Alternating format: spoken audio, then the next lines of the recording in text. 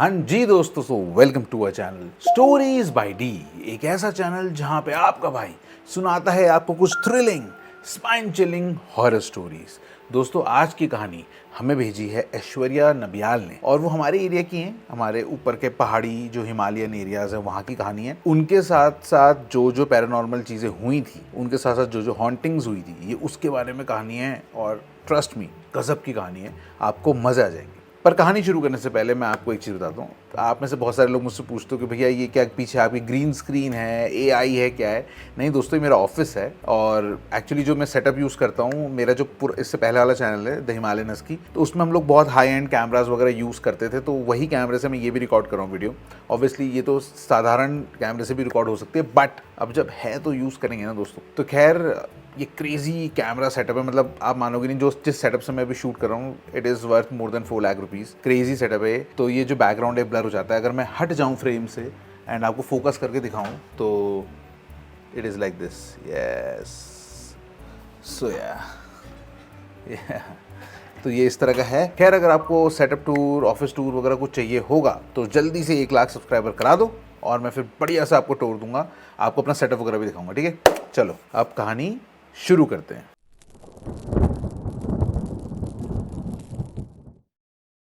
दोस्तों, ये कहानी हमें ऐश्वर्या नबियाल ने भेजी है, तो सबसे पहले आपको ऐश्वर्या के बारे में बताता हूँ। सो ऐश्वर्या पिथौरागढ़ के पास में, यहाँ से 2-2.5 घंटे दूर एक छोटा सा शहर है धारचूला के नाम से, जो कि इंडिया नेपाल बॉर्डर पे पड़ता है। बड़ा इंपॉर्टेंट शहर है वो, बाय द वे। तो वहाँ की वो रहने वाली है एंड ऐश्वर्या ने अपनी जो स्कूलिंग है वो पिथौरागढ़ से करी। बीडीशिपा स्कूल है यहाँ पे, वहाँ से उन्होंने पढ़ाई करी और उसके बाद उन्होंने अपनी ग्रेजुएशन भी पिथौरागढ़ से करी। और right now currently she is posted as a government employee. Aishwarya की एक छोटी सी फैमिली है, उसके फादर, मदर और एक छोटा सा भाई है। ऐश्वर्या की जो फैमिली है उसमें सारे के सारे लोग गवर्नमेंट एम्प्लॉय हैं। ऐश्वर्या की मॉम भी गवर्नमेंट एम्प्लॉय है और ऐश्वर्या के जो फादर हैं वो भी गवर्नमेंट एम्प्लॉय हैं। सो ऐश्वर्या के फादर के बारे में आपको बताता हूँ। तो ऐश्वर्या के फादर काफ़ी सीधे साधे से इंसान है। उनकी एज गवर्नमेंट, जो मैंने बताया, गवर्नमेंट जॉब है। So he works in a bank, और बैंक में आपको पता है ना, ट्रांसफरेबल जॉब होती है, तो बार बार हर 3 साल बाद ट्रांसफर होता रहता है। ऐश्वर्या की मॉम जो है वो भी बैंक में ही है और उनकी जो पोस्टिंग थी अभी करंट, वो पिथौरागढ़ में थी। तो ऐश्वर्या की मॉम और ऐश्वर्या का छोटा भाई जिसका नाम गोला है, वो तीनों लोग पिथौरागढ़ में रहते हैं।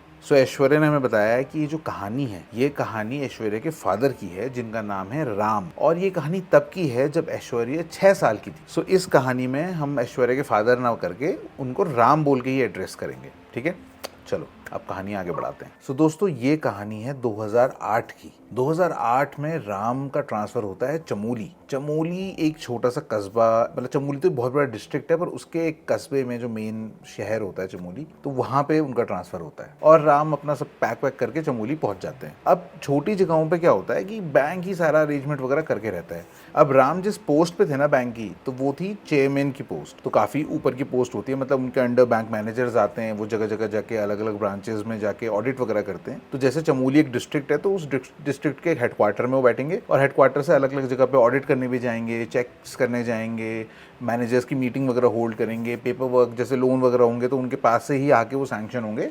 तो इस तरह का काम था उनका। तो चमोली में बैंक ने ही उनके रहने का इंतजाम कराया हुआ था। अब राम चमोली पहुंचते हैं, वो देखते हैं कि एक बिल्डिंग है, थोड़ी सी पुरानी सी है। पहाड़ों में बिल्डिंग्स थोड़ी वेयर एंड टेयर होकर थोड़ी पुरानी सी तो लगती हैं। बिल्डिंग पुरानी सी है, 4 मंजिल की बिल्डिंग है और जो 3rd फ्लोर था, 3rd फ्लोर पे उनका ऑफिस भी था और वहीं पे उनके रहने का भी था। बेसिकली जो इनकी ब्रांच होती है ना, ये हेड ऑफिस ब्रांच वगैरह बोलते हैं बैंक में, तो वहाँ पे पैसे का लेन देन, लॉकर वगैरह नहीं होता। आम जनता वहाँ पे अक्सर नहीं जाती। वहाँ पे वही जाएगा जिनको इनसे ही मीटिंग करनी है, या बैंक के ऑफिसर्स आके मिलेंगे, बैंक मैनेजर्स आके मिलते हैं, तो उस तरह का सेटअप होता है। तो वो 3rd फ्लोर था और पूरा एक लंबा सा फ्लोर था और उसमें साइड बाय साइड ऐसे करके 1 बाय 1 लाइन से रूम्स थे। तो एक में बैंक का जैसे ऑफिस रूम था, फिर एक में इनका ऑफिस था मेन, एक में एक थोड़े बहुत इनके स्टाफ बैठते थे वो था, एक रूम था इनका स्टोर और अकाउंट्स वगैरह का, जहाँ पे सारे वो फाइल्स एंड डिटेल्स वो सब रखी होती थी। फिर ऐसे एक छोटा सा पैंट्री था।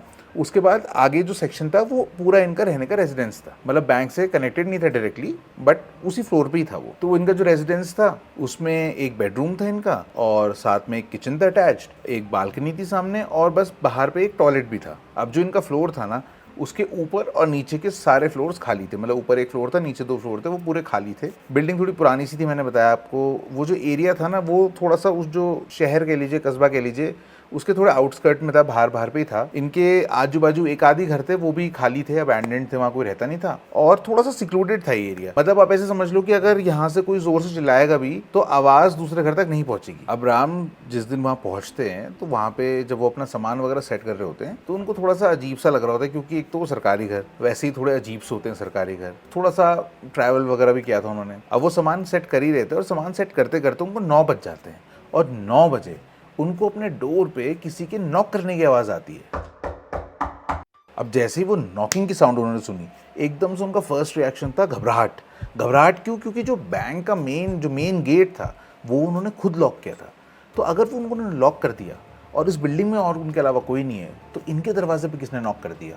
अब राम धीरे धीरे थोड़े घबराहट में, थोड़ा सा एंक्शियसनेस में दरवाजे की तरफ जाते हैं और जैसे वो दरवाजे के पास पहुंचते हैं ना तो नॉकिंग की आवाज़ बंद हो जाती है। वो फिर भी दरवाज़ा खोलते हैं और जैसे वो दरवाज़ा खोलते हैं लाइट बंद हो जाती है। लाइट बंद हो जाती है बट उस घर में इन्वर्टर था, फिर लाइट बंद कैसे हो गई? जहाँ तक वो ये समझ पाते तब तक उनको काफ़ी डर लग जाता है। तो वो खैर दरवाज़ा बंद करते हैं, अंदर आते हैं और अपने बेड पे आके इधर उधर अपना मोबाइल फ़ोन ढूंढने लगते हैं। राम अंधेरे में अपना हाथ इधर उधर बेड पे मार रहे होते हैं कि सडनली उनको फील होता है जैसे उनका हाथ किसी के पैर को टच हुआ है और वो एकदम से ना डर जाते हैं और उसी हबड़ा तबड़ी में उनके हाथ में उनका मोबाइल आ जाता है। वो लाइट ऑन करते हैं उसकी और वो देखते हैं कि वहाँ पे कोई नहीं होता है, पर घबराहट के मारे उनकी जान निकलने को रही होती है। वो अपने रूम से बाहर जाते हैं और उसके बाद वो एक दरवाज़ा खोलते हैं अपने रूम का, देन दूसरा, फिर तीसरा और फिर ऑफिस जो उनका बैंक का मेन गेट होता है उसके बाहर वो जाते हैं। वहाँ पे मीटर बॉक्स होता है, वहाँ पे वो चेक करते हैं तो देखते हैं मीटर डाउन होता है। फिर वहाँ से वो मीटर उठाते हैं और लाइट आ जाती है। राम वहाँ पे 2 मिनट खड़े हो जाते हैं क्योंकि जो भी उनके साथ हुआ था उससे उनको काफ़ी ज़्यादा घबराहट हो गई होती है। उनकी हार्ट बीट्स बहुत तेज़ हो रही होती है। जिस समय पे वो लाइट ऑन करने के लिए बाहर आए होते हैं पैनिक में, तो वो उन्होंने एक चीज़ नोटिस करी होती है कि दूर दूर जो घर जितने दिख रहे होते हैं ना उनको अपने मोहल्ले के, उन घरों में लाइट जली होती है, सिर्फ इनके घर की मीटर डाउन हुआ होता है। अब इसके बाद राम थोड़ा घबरा तो जाते ही हैं, पर अब करे क्या, रहना तो यही है उन्होंने। अब राम इसके बाद रूम में वापस आते हैं, घबराहट उनके अंदर से गई नहीं होती है। वो किसी तरह से अपना खाना वगैरह खाते हैं और खाना खाने के बाद वो अपने घर पे फ़ोन करते हैं। वो अपनी वाइफ को पूरी बातें डिटेल में बताते हैं। उनकी वाइफ भी बड़ी घबरा जाती है। उनकी वाइफ बोलती है कि कल तुरंत पंडित जी को बुलाओ और वहाँ पे पूजा करवाओ आप। खैर फिर थोड़ी देर वो लोग बातें करते हैं और उसके बाद सोने का वक्त हो जाता है। अब जब रात को राम सोते हैं तो उनको होता है स्लीप पैरालिसिस। और राम हमें बताते हैं दोस्तों कि उनकी 45 साल की लाइफ में this was the first time जब उन्होंने स्लीप पैरालिसिस एक्सपीरियंस किया। जस्ट इमेजिन, आप एक नए शहर में, एक नई जगह पे, नए घर पे शिफ्ट हुए हो, कंप्लीटली अकेले हो आप पूरी बिल्डिंग में, और रात को आप जब सो रहे हो तो आपको स्लीप पैरालिसिस हो गया। राम का जो स्लीप पैरालिसिस ना वो भी बड़ा स्कैरी टाइप का था। राम बताते हैं कि जो स्लीप पैरालिसिस जब उनको हुआ था तो उन्होंने देखा कि वो लेटे हुए अपने रूम में और वहां से वो अपने बालकनी के डोर को देख रहे हैं। वो दरवाजा खुला है और वहां पे उनको दिख रहे हैं 5 लोग खड़े हुए, 5 लोग। वो बताते हैं कि ये कुछ सेकंड तक हुआ था, पर जब वो देख रहे थे तो ऑब्वियसली ना वो कुछ बोल पाए ना वो हिल पाए, वो बस लेटे रहे, देखते रहे, और ऐसा उनको फील हुआ जैसे उनकी पूरी बॉडी पैरालाइज हो चुकी है। और एक्चुअली यही होता है दोस्तों स्लीप पैरालिसिस में। एंड फिर उसके बाद झटके से उनकी नींद खुल जाती है। वो बहुत ज़्यादा घबरा जाते हैं। वो बस हनुमान चालीसा गुनगुनाने लगते हैं और करते करते 4 बजे करीबन उनको दोबारा से नींद आती है। और अब जो नींद आती है it was a very peaceful sleep. वो बहुत अच्छे से सोते हैं। इसके बाद 9 बजे उनकी नींद खुली और फिर 9 बजे वो उठे, फटाफट से रेडी हुए और उसके बाद अपना जो बैंक का गेट वगैरह खोला उन्होंने और ऑफिस में जाके वो बैठ गए। अब वहाँ पे फिर उनके एम्प्लॉयज़ आते हैं और ये सारी चीज़ें जो उनके साथ हुई थी ये उन्होंने अपने एम्प्लॉयज़ के साथ भी शेयर करी। जो उनके एम्प्लॉयज़ थे उन्होंने कहा कि सर नई जगह है आपके लिए, थोड़ी सुनसान भी है, यहाँ पे कोई आवाज़ वगैरह भी नहीं आती, तो आपका पहला दिन था तो शायद आपको ऐसे वहम वगैरह हो गया होगा, धीरे धीरे ठीक हो जाएगा सर, आप चिंता मत करो। अब यहाँ तक राम भी थोड़े रिलैक्स हो जाते हैं। उनको लगता है हाँ यार फर्स्ट डे ही था। और ऐसे फिर अब धीरे धीरे बैंक में सब काम वाम चलता है और धीरे धीरे दिन बीत जाता है। इसके बाद 5 बजे जब बैंक के एम्प्लॉयज़ वगैरह जाने लगे तो राम भी चले गए मार्केट की तरफ सब्जी वगैरह लेने के लिए, और वहां से आते आते उनको करीबन 7 बज जाता है। मार्केट से राम जी सब्जियां और कुछ मंदिर का सामान वगैरह लेके आए थे। अब उस रात उन्होंने नॉर्मल खाना बनाया, घर में कॉल में बात वगैरह करी, एंड देन फिर वो सो गए। उन्हें लगा चलो आज तो सब बढ़िया ही है, मैं शायद खुद ही कुछ ज्यादा ही सोच रहा था, और ऐसे ही वो रात अच्छे से निकल गई। एंड नेक्स्ट डे संडे था तो राम सुबह उठ के नहा धो के मंदिर गए। वहां से पंडित जी को साथ लेके आए कि पूजा भी हो जाए और मंदिर की स्थापना भी हो जाए यहाँ घर पे। तो जैसे ही पंडित जी आए, पूजा करीबन 3-4 घंटे चली जिसमें हवन हुआ। ऑफिस के 4 एम्प्लॉय भी आए थे, अच्छे से पूजा खाना पीना सब हो गया। राम ने जिस दिन पूजा करवाई उस शाम को करीबन 8:30-9 बज रहे होंगे। राम एकदम शांत अपने बेड पे एकदम रिलैक्स कर रहे थे। अचानक राम को दरवाजे पे नॉकिंग की साउंड आती है और वो आवाज बहुत तेज थी। इस बार राम एकदम से अपना फोन पकड़ लेते हैं रिफ्लेक्स एक्शन में और फोन की लाइट ऑन कर लेते हैं कि यार पहले की तरह कहीं लाइट ना चले जाए, पर लाइट नहीं जाती है। नॉकिंग की आवाज आ रही होती है। तो राम घबराते घबराते दरवाजे तक जाते हैं और जैसे वो दरवाजा खोलते हैं वो देखते हैं बाहर कोई था तो नहीं, पर जैसे वो दरवाजा खोलते हैं ना तो उनको ऐसा महसूस होता है जैसे किसी चीज ने उन्हें धक्का वसा मारा हो। अब राम बहुत ज्यादा घबरा जाते हैं और उनको समझ नहीं आता कि वो क्या करें क्या ना करें। राम फिर उसके बाद बाहर निकलते हैं, पूरे फ्लोर का चक्कर मारते हैं, सारी लाइट्स वगैरह ऑन करते हैं और वो अच्छे से देखते हैं, पर वहां पे कोई नहीं होता है। राम इस मोमेंट पे बहुत ज़्यादा घबरा चुके होते हैं। राम ने इसके बाद घबराहट में अपनी वाइफ को कॉल किया और अपनी वाइफ को उन्होंने बताया कि आज तो पूजा वगैरह सब करा ली, हवन भी करा लिया, पर मुझे ऐसा लगा जैसे दरवाजे में कोई खटखटा रहा है, पर यहाँ पे तो कोई है ही नहीं। तो राम की वाइफ बोलती है कि तुम खाली फालतू घबरा रहे हो, कई बार हवा से भी दरवाजा हिल जाता है और खटखटाता है, तो तुम खाली बच्चों की तरह डरो मत, तुम क्यों घबरा रहे हो, ये सब चीजें कुछ नहीं होती हैं। और बस ये बोल के वो बात को खत्म कर देती है। इसके बाद राम घबराहट में ही सही पर अपने बेड पे आ जाते हैं और धीरे धीरे सोने की कोशिश करते हैं और फिर उनको नींद आ जाती है। अब जैसे ही उनको नींद आती है उनको होता है फिर से स्लीप पैरालिसिस, और ये स्लीप पैरालिसिस पिछली बार की तरह ही था। उनको फिर से 5 लोग दिखते हैं, पर वो 5 लोग उनके दरवाजे पे नहीं खड़े थे, अब वो 5 लोग अब उनके बिस्तर के बगल में खड़े थे। और ये स्लीप पैरालिसिस फिर से कुछ सेकंड ही चलता है, पर वो जो स्लीप पैरालिसिस जब ओवर होता है, जब उनकी आंख खुलती है, तो वो देखते हैं कि वो पूरा पसीने से तरबतर हो चुके हैं। कुछ मोमेंट बाद उनको रियलाइज होता है कि उनको बुखार सा भी आ रहा है और बुखार के साथ साथ उनको बहुत ही ना वॉमिटिंग जैसा फील हो रहा होता है। वो टाइम देखते हैं, रात के अभी 1:30 बज रहे होते हैं। 1:30 बजे ही वो अपने एम्प्लॉय नवीन को कॉल करते हैं। अब जो नवीन है ना वो ऑफिस के पास में ही रहता था, इनफैक्ट नवीन के घर से ना ऑफिस दिखता भी था। तो नवीन इमीडिएटली अपने फादर को लेके राम के घर पहुंचता है। अब जब नवीन ऊपर आया तो सबसे पहले तो वो राम के लिए मेडिसिन लाए थे, उन्होंने राम को मेडिसिन दी और फिर राम की पूरी बात सुनी। अब उस टाइम पे राम बताते हैं कि वो इतना डर गए थे कि उन्होंने भाई हाथ पैर जोड़ दिए नवीन के कि भाई यहीं रुक जाओ, मुझे अकेले मत छोड़ो, मुझे बड़ा घबराहट हो रही है। तो फिर यही होता है, नवीन और उसके फादर वहीं पे रुकते हैं, राम के घर पे रुकते हैं। अब जब रात को बैठे होते, नींद तो आ नहीं रही होती, तो बातों बातों में राम उनके साथ जो भी 2-3 दिनों में हुआ होता है ना, वो नवीन और नवीन के फादर को बताते हैं, पूरा डिटेल में बताते हैं। अब नवीन की जो फैमिली होती है ना वो इस एरिया के चमोली के पुराने रहने वाले होते हैं। तो नवीन के फादर इस जगह के बारे में राम को बताते हैं।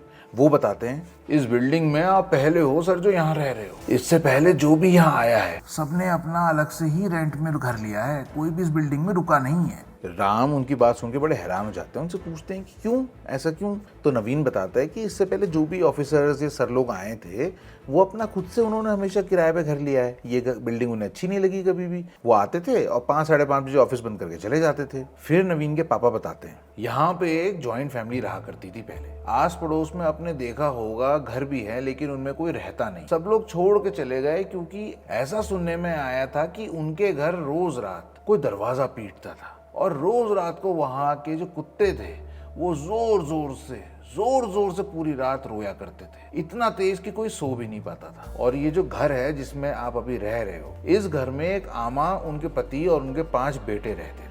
अब जैसे ही राम ने 5 बेटे सुना, राम ने उस स्लीप पैरालिसिस वाले 5 लोग याद करे और राम का लिटरली खून सूख गया। उन्होंने बस थूक गटका और आगे वो सुनना कंटिन्यू किया। आमा के जो 5 लड़के थे, 5 के 5 एबनॉर्मल थे, जैसे सब के सब तो मेंटल थे और उनमें से 2 बच्चे उनके पैरालाइज्ड भी थे। तो आमा ही उनका सब कुछ करा करती थी, उनका खाना पीना, उनका टट्टी पेशाब नहलाना सब कुछ आमा करती थी। और इसी के चलते वो आमा बहुत परेशान रहने लगी थी और फिर वो मंदिर भी जाती थी ये सोच के कि भगवान है सब ठीक कर देंगे। लेकिन इतने साल सब कुछ करने के बाद भी सब कुछ वैसा ही और वैसा ही था। जो आमा के हस्बैंड थे वो काफी खराब आदमी थे, वो रोज दारू पी के आते थे और इतना हंगामा करते थे, इतना आमा को मारते थे, बच्चों को मारते थे कि क्या बताऊं। आमा बस क्या करती, वो सहती थी। उनका पति अपने सामने, आमा के सामने, बच्चों के सामने अपनी किस्मत को रोज कोसते रहता था। अब ये इनके घर की मार पीट, शोर शराबा रोज होता था, रोज शोर शराबा पड़ोस में सुनाई देता था। पर एक दिन उनकी आवाज आना बंद हो गई। पता लगा कि उन्होंने तो खुदकुशी कर ली। बहुत रोना धोना हुआ, आस पड़ोस के सब लोग आए देखने के लिए। लोगों ने आमा को संभाला क्योंकि अब सब आमा का ही स्ट्रगल सैक्रिफाइस देख के दुख होते थे भाई, पहले से ही उनको दुख लगता था। अब सारी क्रियाक्रम हुआ, लोगों का आना जाना लगा रहता था। लेकिन फिर सब खत्म होने के बाद आमा और आमा के 5 बच्चे ही रह गए। आमा के पति सरकारी नौकरी में ही थे, तो उनके खत्म होने के बाद आमा को पेंशन आने लगी, तो उनका गुजारा उन पैसों से हो ही रहा था। उनके ज्यादा खर्चे भी नहीं थे क्योंकि 5 के 5 बच्चे घर में ही होते थे, ना वो स्कूल जाते थे और ना ही उनका कोई इलाज चल रहा था। अब अम्मा और अम्मा के बच्चे तो सबसे नीचे जो ग्राउंड फ्लोर है वहीं रहते थे, तो ऊपर का पूरा मंजिल खाली था। अब वहाँ पे फिर इनके किराएदार आए, नई नई शादी थी, कपल आया था। अब ऐसा बताया जाता है कि वो जो नवविवाहित जोड़ा था वो यहाँ रहते रहते उनको काफी टाइम हो गया था। जो बहू थी वो अक्सर आती थी नीचे, उनसे बात करती थी, बहुत अच्छे नेचर की थी वो। फिर कुछ टाइम बाद वो औरत उनका पहला बच्चा एक्सपेक्ट कर रहे थे वो, और जब उनका बेबी हुआ सब कुछ अच्छा था। आमा काफी ऊपर आया करती थी बच्चे को देखने, कभी मालिश भी कर दिया करती थी, बिल्कुल अपने बच्चों की तरह पालती थी। लेकिन एक बहुत अजीब बात थी कि आमा रोज उस बच्चे के मुंह में विभूत डाल दिया करती थी, ये बोल के कि बुरी नजर से बचा रहेगा और बहुत ये बलवान होगा, हेल्दी होगा। कभी भी आमा को देख के ऐसा नहीं लगा कि उनकी कुछ नीयत खराब है या वो कुछ गलत कर रही है। फिर धीरे धीरे 2-3 साल हो गए और वो बच्चा भी वो आमा के बच्चों की तरह ही हैंडीकैप हो गया, अपंग सा हो गया। वो कुछ सुनता नहीं था, वो कुछ बोलता नहीं था, ना ही वो चल पाता था। अब ये देख के वो जो जोड़ा था, उसके जो माँ बाप थे वो बहुत घबरा गए, बहुत बड़े अस्पताल में ले गए उसको, सारा वहाँ चेकअप हुआ और उसके बाद कुछ पता नहीं चला। और बस आखिरी में रिजल्ट यही होता था कि डॉक्टर ने कह दिया कि हम तो कुछ नहीं कर सकते, क्योंकि उनको कोई वजह नहीं मिली थी सब होने का। अब पहले तो आमा इनके पास रोज आती थी, पर जब ये मुसीबत का टाइम आया तो ये जो आमा है ये एक बार भी ऊपर मिलने नहीं आई, ना बच्चे को देखने आई, ना उसका हाल पूछने आई। अब माँ बाप ऐसे में क्या ही करेंगे बेटा। माँ बाप ने फिर पंडित को घर बुलाया पूजा पाठ करने के लिए। तो जैसे ही पंडित आया तो आमा ने नीचे गेट पे ही हंगामा कर दिया और पंडित को ऊपर ही नहीं आने दिया। और इतनी लड़ाई हुई कि सब वो लड़ाई देखने के लिए आ गए। हमें भी वहीं पे पता चला कि ये सब चल रहा है यहाँ। फिर इसके बाद वो जो जोड़ा था वो बहुत परेशान हो गए, तो उन्होंने घर भी खाली कर दिया। और फिर उसके बाद वो लोग कहाँ चले गए किसी को पता ही नहीं है। अब बेटा जो लोग हैं वो बताते हैं कि ये जो आमा थी पहले तो बहुत मिलनसार थी, बहुत अच्छा था उनका स्वभाव, पर धीरे धीरे वो बहुत बदतमीज हो गई, बहुत ज्यादा गुस्सैल। सब्जी लेने भी जाती थी तो वहां पे किसी को गंदा बोलती थी वो, और पूरे मोहल्ले में सब ऐसा कहने लगे थे कि आमा जो है पागल हो गई है। आमा के जो बच्चे थे अब धीरे धीरे वो भी बड़े हो गए थे, पर उनकी हालत भी वैसी की वैसी ही थी। आमा का जो मानसिक संतुलन था वो भी बेटा धीरे धीरे बिगड़ रहा था। यहाँ पड़ोस के लोग बताते थे कि आमा को कभी तो उन्होंने रात के 12 बजे खेत में पूजा करते हुए भी देखा है, तो किसी ने उनको टोका नहीं, उनसे पूछा नहीं, कोई उनके मुंह ही नहीं लगना चाहता था। और फिर ऐसे ही दिन चलते गए कि एक दिन दोपहर का समय था, अचानक से वो जो जोड़ा था, वो जिनके घर रहता था, वो इनके घर के बाहर आए और उन्होंने रोते रोते इतना हल्ला कर दिया। वो जोर जोर से बोलने लगे कि ये औरत मेरा बच्चा खा गई, मेरे बच्चे को विभूति के नाम पे तंत्र करके खिलाती थी, इसने मेरा बच्चा मार दिया, पहले अपने बच्चे की तरह इसने साला उसे भी पैरालाइज किया और अब मेरा बच्चा मार दिया। और फिर उसने चिल्ला चिल्ला के इसको बद्दुआ दी। अब दोस्तों आप सोचो, वो आमा जो बात बात में लड़ रही है, लोगों की मतलब गाली गलौज कर रही है, कोई उसके घर के आगे आके इतना बड़ा आरोप उस पर लगाए, उसके बाद भी वो घर से बाहर नहीं निकल रही, तो इसका मतलब आस पड़ोस के लोगों ने यही निकाला कि वो जो आमा है वो जरूर कुछ ना कुछ गड़बड़ उसने करी है। खैर इसके बाद ऐसा कुछ होता है, इतना खतरनाक होता है कि लिटरली पूरे मोहल्ले के होश उड़ जाते हैं। नवीन के फादर बताते हैं कि पड़ोस में रहने वाली एक फैमिली रात को करीबन 1 बजे शादी से वापस आ रहे थे। उस फैमिली में उनकी बेटी होती है, उसका नाम संध्या होता है। संध्या ने देखा कि घर के पीछे खेतों में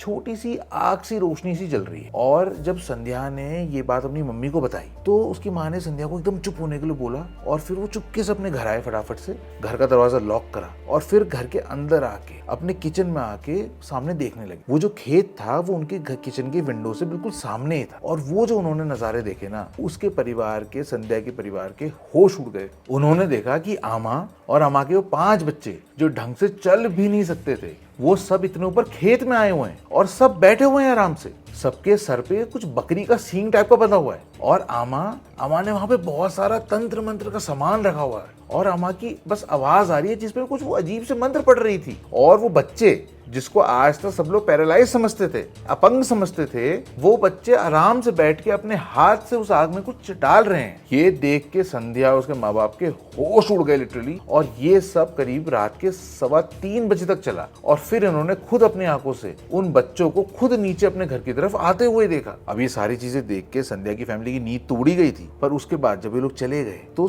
3:30 बजे करीबन संध्या के दरवाजा, संध्या की फैमिली का जो घर का मेन डोर था, वो नॉक होना स्टार्ट होता है और वो नॉक होता जाता है। ये लोग काफी घबरा जाते हैं, पर संध्या के फादर ने समझदारी से काम लिया। उन्होंने बोला बिल्कुल दरवाजा नहीं खोलेंगे हम, और कोई घबराने की बात नहीं है, ये वो आमा ही होगी, क्योंकि शायद उसने भी हमें देख लिया होगा। जब हमने उसे देखा था तो उसने भी हमें देख तो लिया ही होगा, तो अब तुम घबराओ मत, सुबह होने का वेट करो और सुबह हम देखते हैं। अब जैसे ही सुबह हुई तो सुबह 6 बजे करीबन संध्या के फादर ने सबको फोन करा और सबको अपने घर बुलाया, और जब सारे लोग घर के बाहर आ गए तब जाके उन्होंने दरवाजा खोला। और उन्हीं सब लोगों में एक नवीन के पिताजी भी थे, जो ये कहानी अभी राम को सुना रहे थे। अच्छा, अब उस एरिया में एक प्रधान थे जिनके पास आमा के भाई का नंबर था, तो सब लोगों ने ये सारी चीजें उनको इन्फॉर्म करने का सोचा। जब उनसे बात हुई तो पता चला कि आमा कितनी खराब औरत है। आमा का एक भाई था जो कि काफी प्रॉपर्टी और पैसे वाला था। आमा का काफी उनके घर आना जाना था, लेकिन वो बताते हैं कि आमा की कुछ आदतें ठीक नहीं थी। आमा हमेशा उनकी बीवी से लड़ाई करती थी और उनको भला बुरा बोलती थी। और जब उनकी बीवी प्रेग्नेंट हुई तो कैसे आमा रोज कुछ ना कुछ कलेश करती थी। और फिर आमा के भाई बताते हैं कि आज हमारा सब कुछ खत्म कर दिया इस आमा ने। हमारे बच्चे सब एबनॉर्मल पैदा हुए थे और फिर सब खत्म हो गए। ऐसा भी नहीं था कि एक बच्चा कुछ ऐसा वैसा निकल गया हो, डेथ हो गई हो। तीनों बच्चों की हालत एक जैसी। सारे डॉक्टर्स को दिखा दिया, सारे टेस्ट करा लिए, कहीं पे भी समझ नहीं आया किसी डॉक्टर को कि क्यों हो रहा है। फिर एक बहुत ही बड़े ज्ञानी पंडित से मिले तो ज्ञानी पंडित ने देखते ही बोल दिया कि ये सब कुछ तुम्हारे घर की औरत ने किया है। और तब उनको पता था कि औरत और कोई नहीं बल्कि अंबिका है, यानी कि आमा। अंबिका हर हफ्ते उनके घर जाती थी और हर हफ्ते उनके बच्चों को कुछ ना कुछ खिलाती थी और फिर कैसे अपने तंत्र वगैरह के लिए उन बच्चों का इस्तेमाल करती थी। ये सब सारी चीजें जब अंबिका यानी आमा के भाई को पता लगा तो उन्होंने फिर उसका कंप्लीटली कट ऑफ कर दिया। लेकिन वो बताते हैं कि अंबिका ने यानी कि आमा ने सब कुछ उनका खत्म कर दिया। ना उनके बच्चे रहे और ना ही उनका धन दौलत प्रॉपर्टी, जो कुछ भी था, प्रॉपर्टी पैसे, वो सब कुछ उन्होंने बेच दिए और बच्चों के इलाज में ही सारे पैसे खर्च हो गए। एंड में ना बच्चे रहे और ना ही उनका दौलत शौहरत पैसे और प्रॉपर्टी। आमा के भाई बताते हैं कि कैसे वो इतने सालों तक परेशान रहे और ये घर जिसमें आमा और इसके बच्चे रह रहे हैं, ये घर पे भी उन सबका अधिकार था। पर इसने इतनी लड़ाई करी कि इनके भाई लोग कभी यहाँ पे रह ही नहीं पाए। अब ये सारी बातें जब वो आमा का भाई बता रहा था, जितने लोग वहाँ पे सुन रहे थे वो सारे के सारे हैरान हो गए थे, क्योंकि उनको बैक स्टोरी वगैरह उतनी पता नहीं थी। इसके बाद सारे लोगों ने डिसाइड किया ये लोग उस खेत तक जाएंगे जहाँ पे रात को वो आमा तंत्र विद्या वगैरह कर रही थी। ये लोग उस खेत में जाते हैं और जो ये देखते हैं वो देख के इनके पैरों तले जमीन खिसक जाती है। ये देखते हैं वहाँ पे कुछ कुत्ते की जली हुई हड्डियां वगैरह थी। उन हड्डियों के साथ वहाँ पे जले हुए कपड़े थे, वहाँ पे कुछ पत्थर पड़े थे जिसपे खून लगा हुआ था और वहीं पे उन्हें जले हुए मरे हुए सांप भी दिखे। ये देख के वहाँ पे हर आदमी एकदम घबरा जाता है। पर क्योंकि उनको ये सब रोकना भी था तो ये लोग डिसाइड करते हैं और ये सीधे अमा के घर पे जाते हैं। अमा गेट खोलती है और इतने सारे लोगों को देख के वो एकदम से घबरा जाती है। सारे लोग अमा के घर के अंदर घुस जाते हैं और फिर प्रधान अमा से पूछता है कि क्या कर रही थी तू रात को खेत में, बुलाऊं पुलिस को मैं भी। और जैसे उन्होंने बात बोली तो आमा उन सबसे बदतमीजी करने लगी, चिल्लाने लगी उन पे। आमा ने एकदम हंगामा काट दिया, ये बोल के कि मैं अकेली औरत हूँ, तुम सब मेरे पे चढ़ रहे हो, क्या सबूत है तुम्हारे पास, मेरे को मार रहे, घर के अंदर घुस गए हो तुम। और उसके बाद भी क्योंकि इतने सारे लोग थे, आमा की जब नहीं चली तो आमा ने अपने कपड़े फाड़ने शुरू कर दिए। वो जोर जोर से रोने लगी, फटे कपड़ों में चिल्लाने लगी। तो सारे लोग काफी डर जाते हैं क्योंकि सारे के सारे आदमी थे और वो लोग वहां से चले जाते हैं। इसके बाद सारे लोग मिलते हैं और फिर इसी कंक्लूजन में आते हैं कि इस आमा से यार दूरी रहो, यही बेस्ट है। लेकिन वो कहते हैं ना, हर बुरा करने वाले का इसी जन्म में बुरा होता है। और आमा के साथ भी कुछ ऐसा ही हुआ। आमा की तबीयत खराब रहने लगी। पर आमा के जो पड़ोस में जो संध्या रहती थी, वो इतनी खराब हालत में भी आमा को उस खेत में जाके तंत्र विद्या तंत्र मंत्र करते हुए देखा करती थी अक्सर। आमा की तबीयत धीरे धीरे खराब होती गई और एक बार उनकी तबीयत इतनी बिगड़ गई कि कई दिन हो गए किसी ने भी उनको घर से बाहर निकलते हुए, इनफैक्ट संध्या ने उनको खेत वेत में आके तंत्र वगैरह करते हुए काफी लंबे टाइम तक नहीं देखा। इसके बाद एक दिन उस आमा के घर से बड़ी तेज स्मेल आने लगी, जैसे कोई चीज जल रही हो। दूध जलता है ना वैसा स्मेल। अब संध्या ने ये बात अपने घर वालों को बताई तो फिर उन्होंने भी रियलाइज किया कि हाँ यार स्मेल तो बहुत तेज आ रही है, और अमा के जो किचन का वाला एरिया था ना वहां से धुआं भी काफी ज्यादा आ रहा है। तो इसके बाद संध्या के फादर ने प्रधान को कॉल किया, प्रधान ने 2-4 लोगों को कॉल किया, उसी में नवीन के पिताजी भी थे। ये 4-5 लोग इकट्ठा होकर अमा के घर पे गए देखने के लिए। जब ये घर पे पहुंचे तो उन्होंने देखा कि अमा का तो गेट भी खुला हुआ है। ये दरवाजा हल्के से खोलते हैं, थोड़ी इनको घबराहट भी हो रही है क्योंकि वो तो औरत बिल्कुल पागल है भाई। जब ये अंदर जाते हैं तो ये देखते हैं कि अमा और अमा के पांचों बच्चे वहां पे उन्होंने सुसाइड कर लिया था।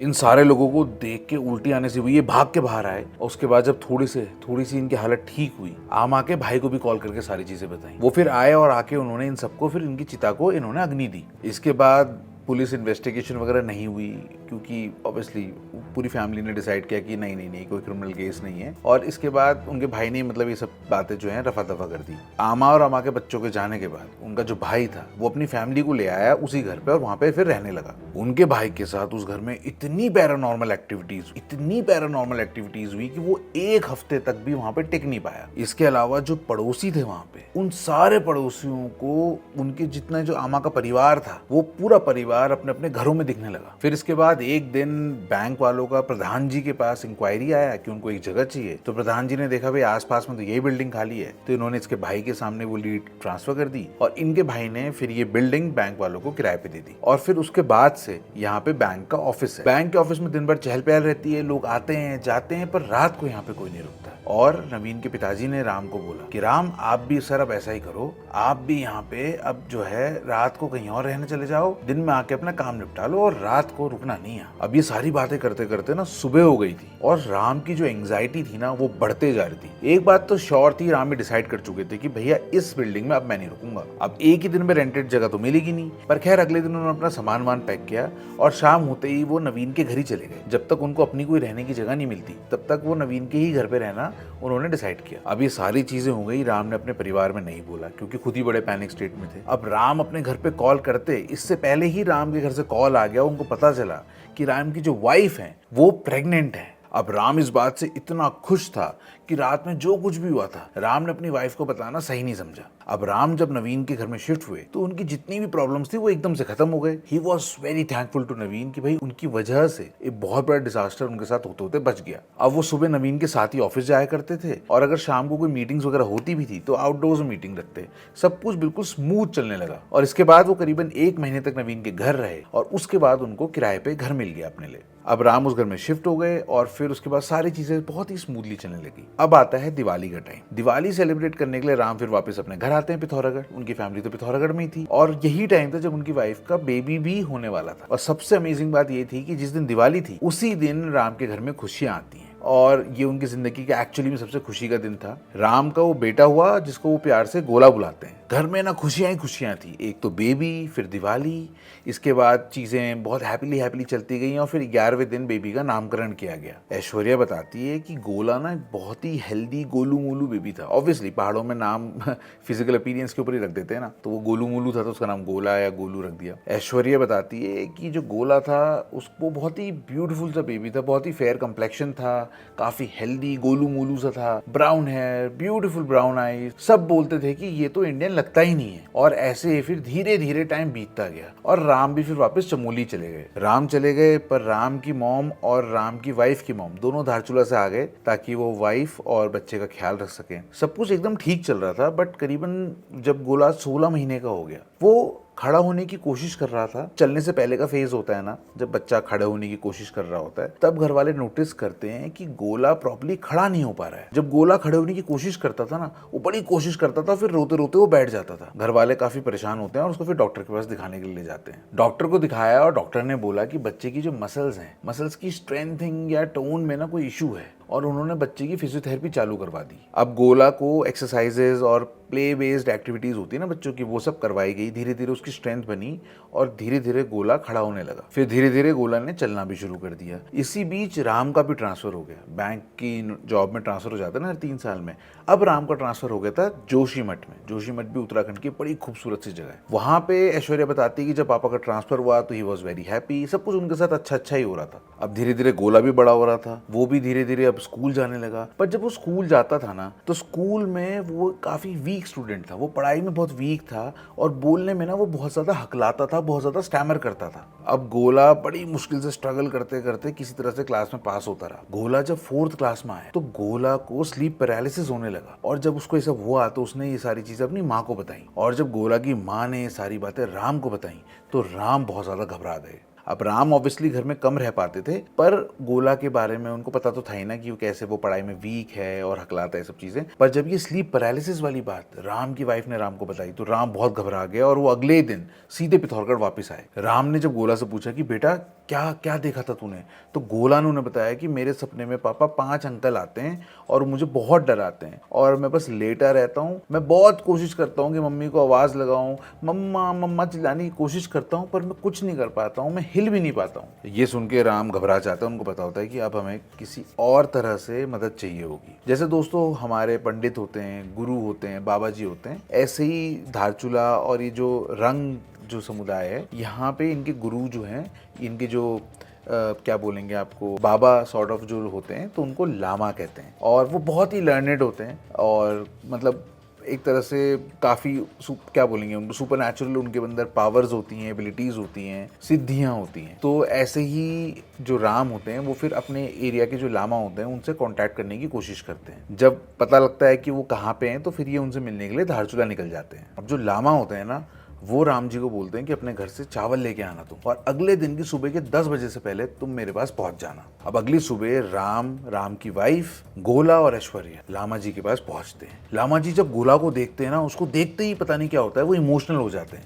वो गोला को अपने पास बैठाते हैं और फिर चावल हाथ में लेते हैं, फिर चावल देखने लगते हैं। चावल देखते ही वो बोलते हैं कि कुछ नहीं है, ये तो बस सपना है, कुछ नहीं है, ऐसे ठीक हो जाएगा। और जब लामा ये बात बोलते हैं तो राम और राम की वाइफ राहत की सांस लेते हैं। अब इसके बाद ये लोग वहाँ से उठते हैं और फिर राम जी की जो माँ होती है, उनका घर भी पास में होता है ना धारचूला में, तो ये लोग वहाँ के लिए निकलते हैं। तो इनके पहुँचने से पहले ही लामा जी का कॉल राम जी की माँ को आ गया होता है। लामा जी राम की मदर को बोलते हैं कि बिना किसको बताए तुम मेरे पास मेरे घर आओ। अब राम की माँ लामा जी के वहां जाती हैं और लामा जी उनको बताते हैं कि गोला को ऐसे सपने आ रहे हैं, उसकी वजह और कोई नहीं, राम ही है। राम के अंदर 6 लोगों की आत्मा है जो कि पूरे घर को खत्म कर देगी और शुरुआत गोला से ही होगी। ये सुन के राम की माँ रो पड़ती है। इसके बाद लामा जी बताते हैं कि गांव में पूजा करवाना पड़ेगा। गांव यानी कि नाभि में। सो नबियाल है ना, जैसे नबियाल, तो यहाँ पे क्या होता है दोस्तों, गांव के हिसाब से ही नाम हो जाते हैं। तो नाभि गांव के लोग नबियाल होते हैं, दुख्तू गांव के लोग दुख्ताल हो जाते हैं, तो ऐसे करके तो नाभि गांव होता है। और वहां पे लामा जी बोलते हैं कि वहां जाके पूजा होगी। लामा जी बताते हैं कि उस पूजा में 6 बकरियों की बलि लगेगी और उस पूजा में राम और उसके पूरे परिवार को बैठना पड़ेगा। अब लामा के साथ राम की माँ डिसाइड करती है कि जो पूजा इसी हफ्ते करानी पड़ेगी। अब क्या था कि राम को बता नहीं सकते थे कि कहाँ जाना है पूजा के लिए,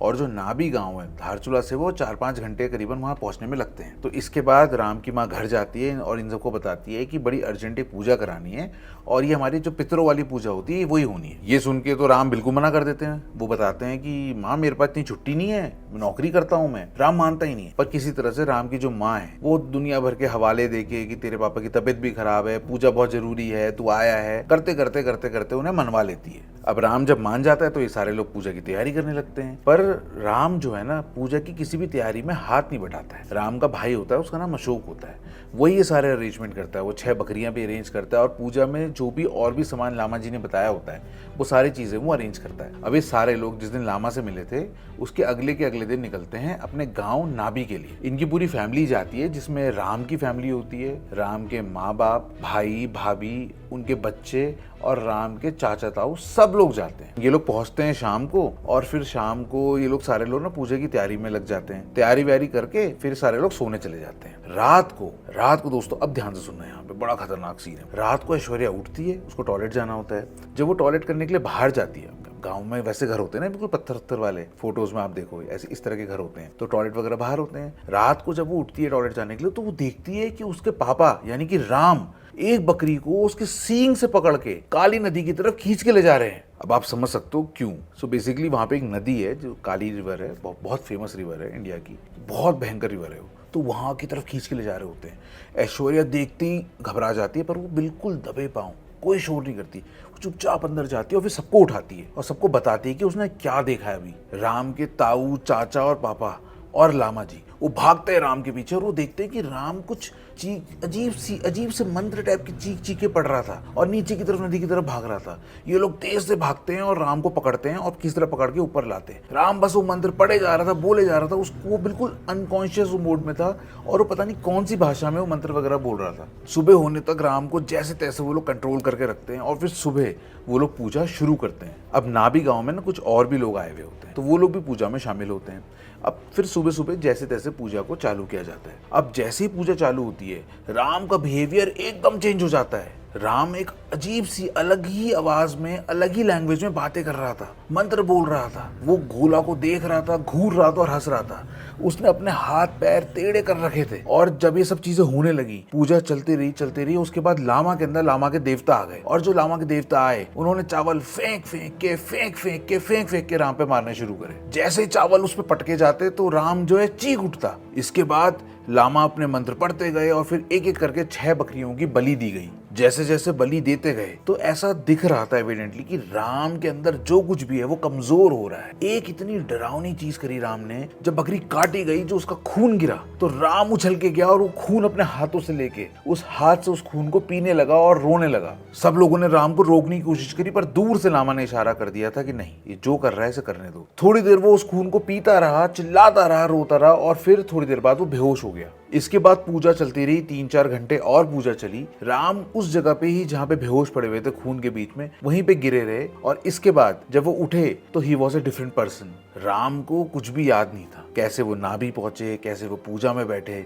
सब चीजें जब खत्म हो गई तो उसके बाद राम पहले नहाया और उसके बाद ये लोग निकल गए वापस धारचूला की तरफ। धारचूला की तरफ जब जा रहे थे तो लामा ने राम को बताया कि उसके ऊपर जो है इनके जो कुल देवता होते हैं, इनके देवता का हाथ है और उन्होंने ही राम को सही रास्ता दिखाया और उन्हीं की कृपा की वजह से राम आज यहाँ तक पहुंचा और ये सारी पूजा वगैरह होके अब जाके राम का पीछा उन सारी ईविल एंटिटीज, गंदी आत्माओं से छूटा। इसके बाद लामा जी ने पूरी परिवार के लिए ताबीज बनाया और वो ताबीज आज की डेट तक सबने पहना हुआ है। सब बिलीव करते हैं कि वो ताबीज आज तक इनकी सुरक्षा करता है।